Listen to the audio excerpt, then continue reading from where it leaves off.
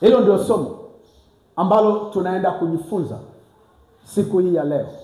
Huo ndio ujumbe ambao Mungu ameuleta kwa ajili yako na kwa ajili yangu. Upako wa maombi ya Elia matimilifu. Na maandiko tunaenda kuyapata kwenye kitabu kile cha Wafalme wa Kwanza sura ya 18.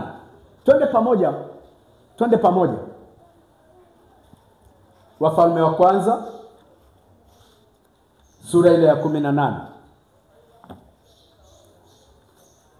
Naomba mtu mmoja anisomee hapo. Wafalme wa Kwanza sura ya 18 mstari wa 43 hadi mstari wa 46.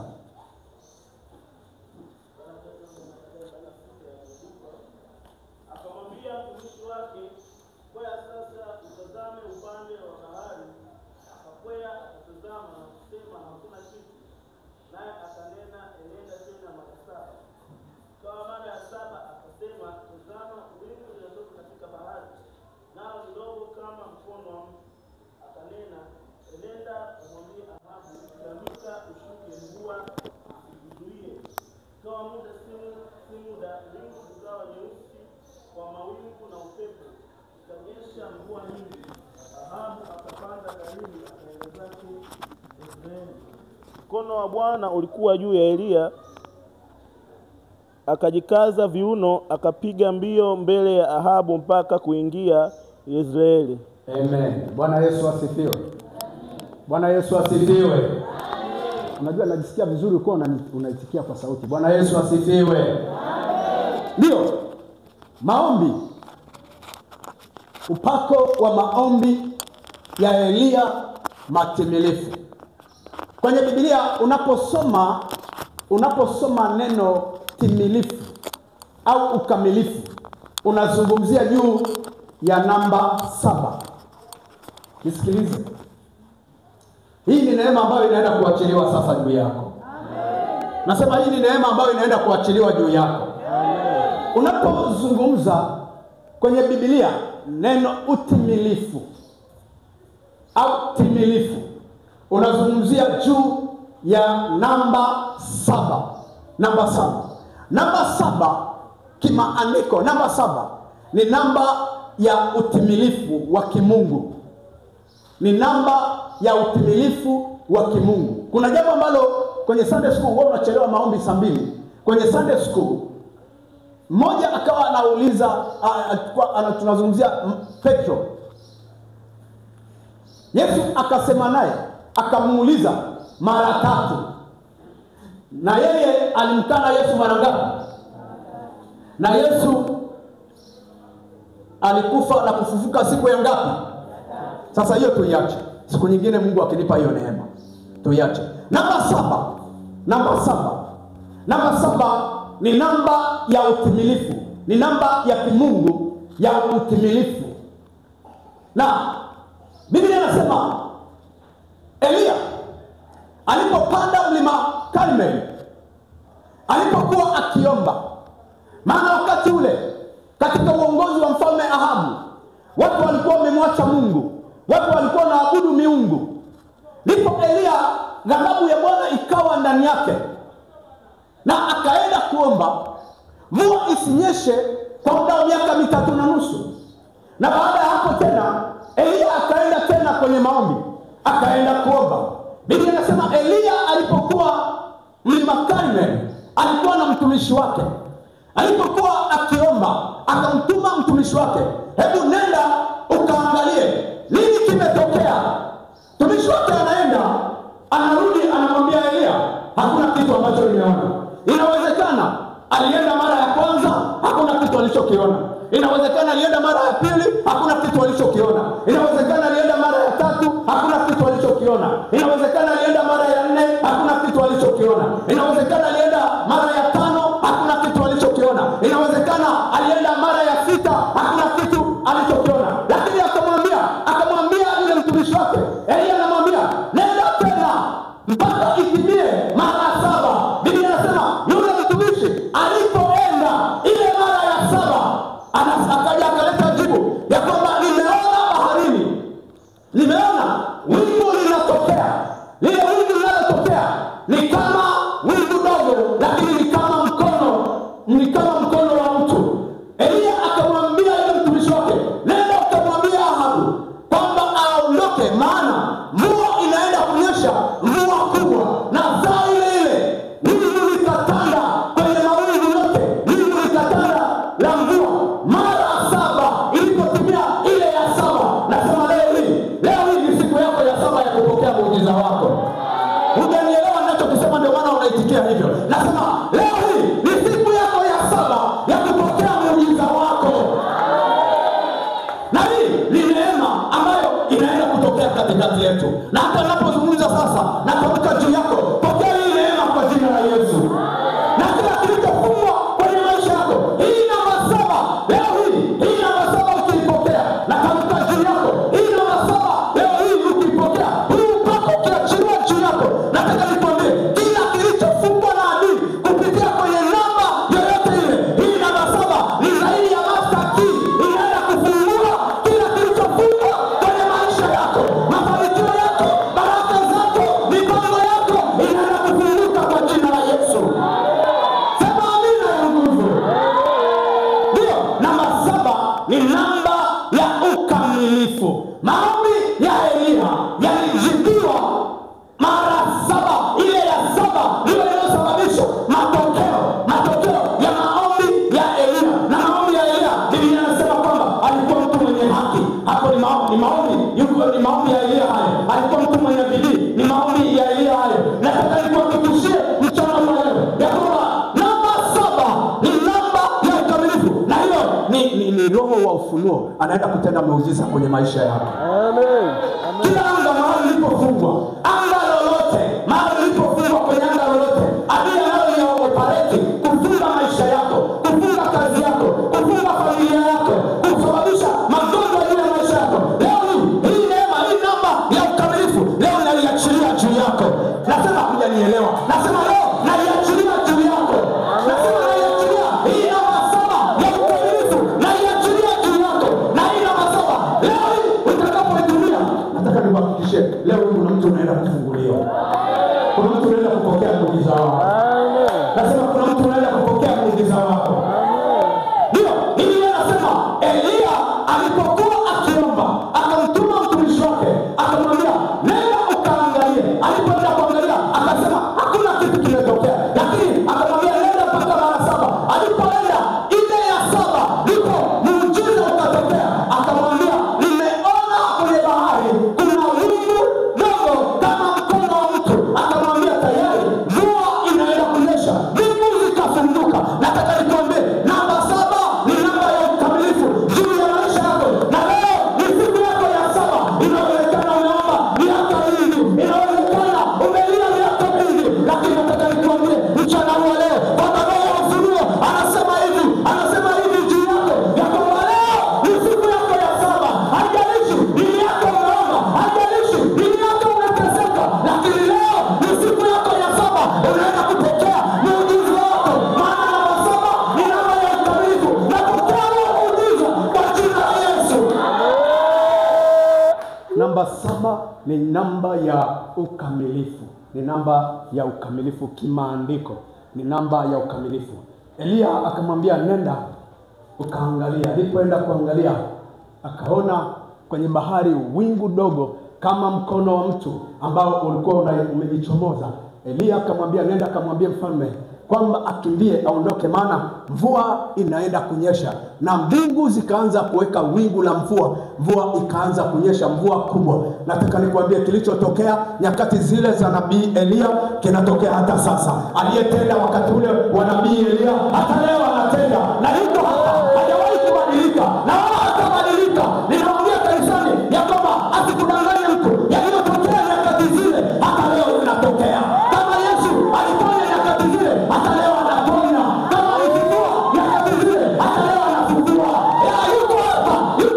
Namba 7 ni namba ya ukamilifu. Nasema pokea hiyo namba. Kama kuna mtu anaelewa, pokea kwa hiyo namba. Lakini kama uko haya, nasema pokea hiyo namba. Ni namba ya ukamilifu.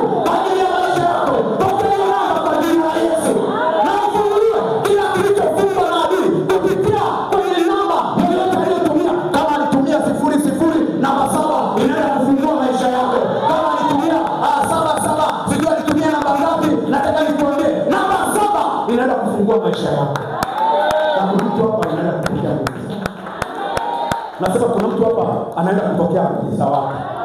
Ndio Biblia inasema maombi ya Elia kwa nini yalikuwa na matokeo? Yalikuwa na matokeo maana ile saba na huu upako na uachilia juu yako, na utakapoondoka hapa ukitembea njiani, tembea na huu upako. Huu upako wa namba 7 tembea nao, maana ni namba ya ukamilifu kwa ajili ya maisha yako. Nataka nikwambie uko muujiza unaenda kutokea sasa. Maombi ya Elia yakawa na matokeo. Kwa nini? Kwa sababu siku ya 7 ilipotimia, mara ya 7 ilipotimia, ile 7 muujiza ukatokea.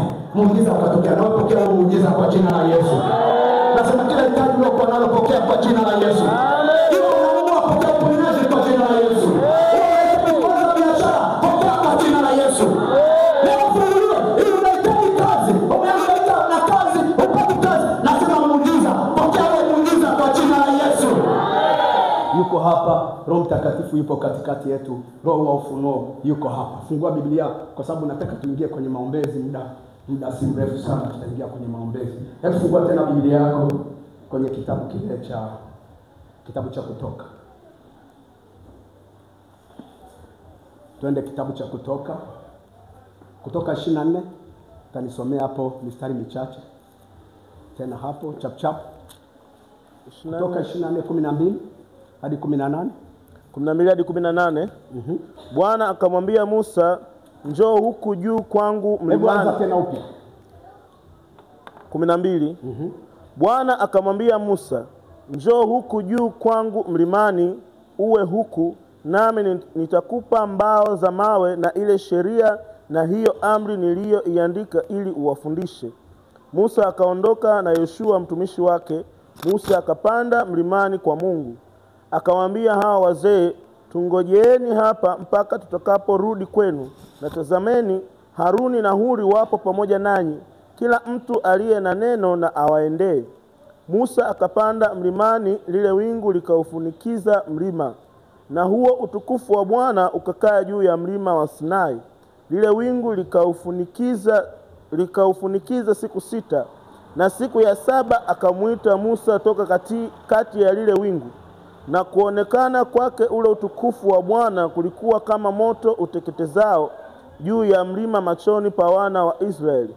Musa akaingia ndani ya lile wingu, akapanda mlimani. Musa akawa humo katika ule mlima siku 40 mchana na usiku. Siku 6 akiwa kwenye wingu, siku 6. Lakini Bwana anatimiza ile namba yake ya ukamilifu. Siku ya 7 anamwambia toka kwenye hilo wingu, njoo zaidi huko. Hili jambo nimekuwa nalo humu ndani ya kanisa. Kwa nini mlimani? Kwa nini mlimani? Tunaona Musa naye alikuwa mlima Karmeli. Lakini tunaona hapa anazungumzia tena njoo huko mlimani kwangu. Njoo huko mlimani kwangu. Kuna neema iko hapa. Naona kuna neema iko hapa. Amen. Hujanielewa? Nasema kuna neema iko hapa. Amen. Na leo nataka nikwambie mahali ulipo sasa, tuko mlima Karmeli. Amen. Tuko mlima Karmeli na unaenda kukutana na muujiza wako. Amen. Nasema unaenda kukutana na muujiza wako. Amen. Mungu anamwambia Musa, njoo huku kwangu juu mlimani. Njoo huku kwangu juu mlimani. Na Musa akaenda. Na alipoenda akaacha maelekezo.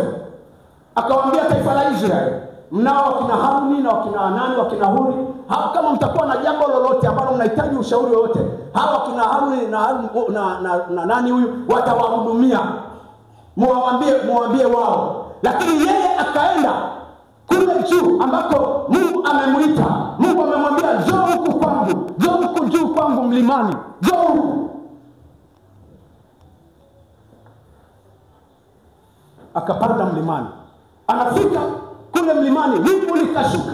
Biblia inasema wingu likashuka likafunika ule mlima. Lakini Bwana anamwambia toka kwenye hilo wingu, anampandisha tena zaidi na anampandisha siku ya 7. Siku ya 7 anaenda kuingia kwenye utukufu usio wa kawaida. Nataka nikwambie hapa ilikuwa ni Musa na Mungu. Hakuna cha kuanza kula, hakuna cha kuanza kunywa maji, hakuna cha kuanza chochote, hakuna cha kuanza familia, hakuna, maana tayari sio yeye tena, amekuwa ni roho. Na ndio maana siku 40 mtu hali, lakini alipo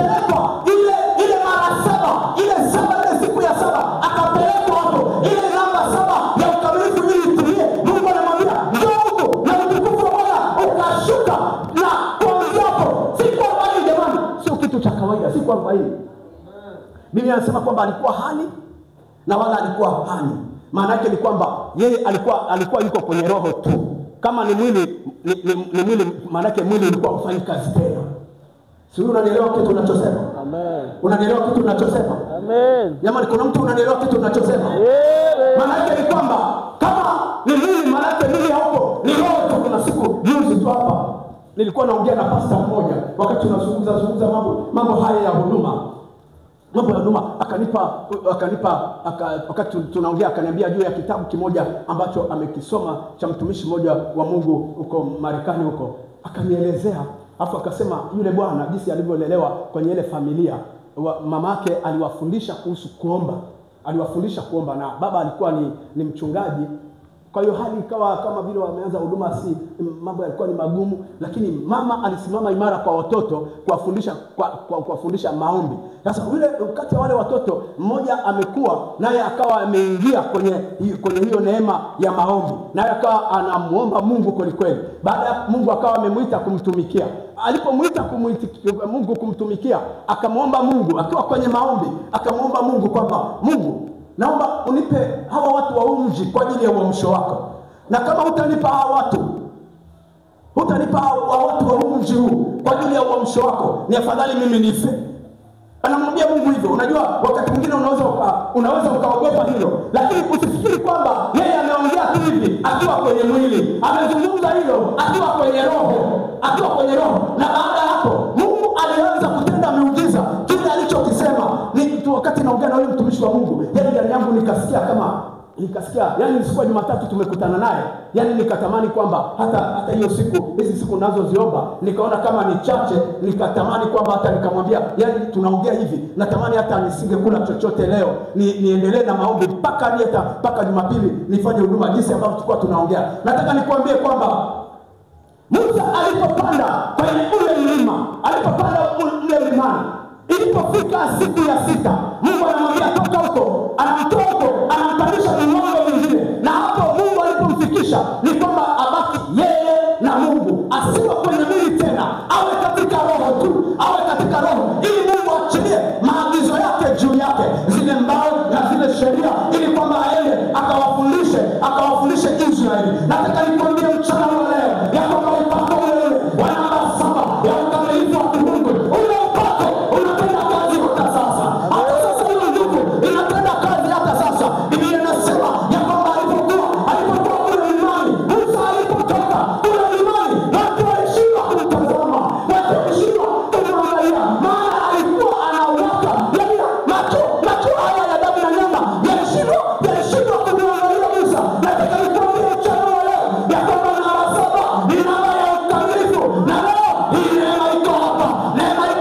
Hii namba inaenda kufungua maisha yako, inaenda kufungua iliyofungwa na juu ya maisha yako, inaenda kufungua kila magonjwa ya kuache, kila vifungo vya kimizimu, vifungo vya kimapepo, vya kimajini, vya kiuganga. Leo inaenda kukuachia kwa jina la Yesu. Namba 7 ni namba ya kufungua maisha yako, ni namba ya ukamilifu, na hiyo neema na iachilia juu yako kwa jina la Yesu. Amen. Mbona wewe unitikie kwa nini? Sema amen. Amen. Sema amen. Amen. Namba 7 ni namba ya ukamilifu.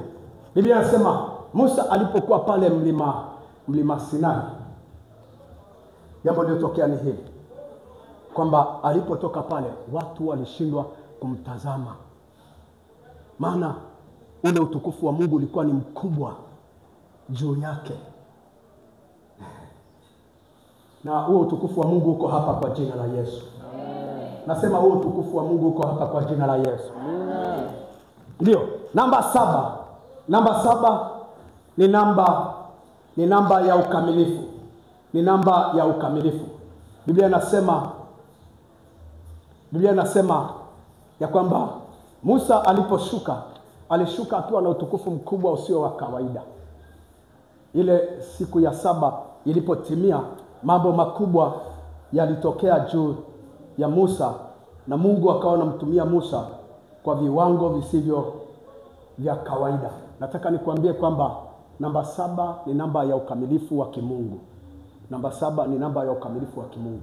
Ukisoma kitabu cha Yoshua utaona alipofika Yeriko, Mungu anamwambia aandae makuhani watu 7, makuhani sijui 7, siku 7 wakazunguke. Hii namba 7 ndani yake kuna nini? Pale Leonard akawa anauliza hii namba 3 ndani yake kuna nini? Unajua, kwa sababu hatujatembea kwenye hiyo neema, tunaweza tukabaki kujiuliza alafu hakuna matokeo. Kuna siku nilimuuliza pastor mmoja, nikamuuliza rafiki yangu kuhusu kitabu cha Matendo ya Mitume, hiyo sura ya 2 mstari wa 1 na 4. Nikamwambia, huu upepo uliovuma kutoka mbinguni, huu ni upepo ulikuwa ni upepo wa aina gani? Nikamuuliza rafiki yangu, huu upepo ulikuwa wa aina gani? Yeye akanijibu kithiolojia. Akaniambia sijui ni lugha tu iliyotumika, sijui ya kuandika, sijui lugha iliyotumika ya kuandika. Lakini mimi nilipotoka hapo nikawa najiuliza juu ya huo upepo. Na huu upepo sio upepo huu, ni upepo uliotoka mbinguni. Mnakumbuka hiyo siku, hiyo neema niliachilia hapa, na Mungu alitenda miujiza isiyo ya kawaida. Sema amen. Umesahau? Sema amen. Mungu alitenda mambo ya ajabu. Nataka nikuambie ya kwamba hata sasa hii namba 7, siku ya 7, namba 7, kuna nini ndani yake? Leo Roho Mtakatifu yuko hapa, atakujulisha juu ya maisha yako. Na hii namba 7 na iachilia juu yako, na ipokee kwa jina la Yesu, na iwe ufunguo juu ya maisha. Nataka nikwambie, wakati unapozungumza, kuna watu ambao wamejiconnect na hii neema ya Mungu. Kuna watu ambao mnaenda kufunguliwa, kuna watu mnaenda kukutana na miujiza yenu, maana Roho Mtakatifu yuko hapa. Roho wa ufunguo yuko hapa. Roho Mtakatifu yuko hapa. Namba 7 ni namba ya ukamilifu. Na nataka nikuhakikishie kwamba inawezekana unasema, pastor, nimeomba ni miaka mingi, nimeomba kwa ajili ya jambo hili ni miaka mingi, na hata nimeambiwa kwamba jambo hili inawezekana, kwamba haliwezekani. Nataka nikwambie leo, inawezekana kwake yeye aaminiye. Amen. Nasema inawezekana kwake yeye aaminiye. Amen. Sema amina ya nguvu. Amen. Sema amina ya nguvu. Amen. Leo unaenda kupokea muujiza wako. Hebu sema namba 7. Namba 7. Sema tena namba 7. Namba 7 ni namba ya ukamilifu wa kimungu. Namba ya ukamilifu wa kimungu. Namba 7. Namba 7 ni namba inayoenda kufungua maisha yangu. Namba inayoenda kufungua maisha. Roho Mtakatifu yuko hapa. Roho wa ufunuo yuko hapa. Roho wa hekima yuko hapa. Mahali popote maisha yangu yalikofungwa, hata kama ni kijijini kwetu, leo hii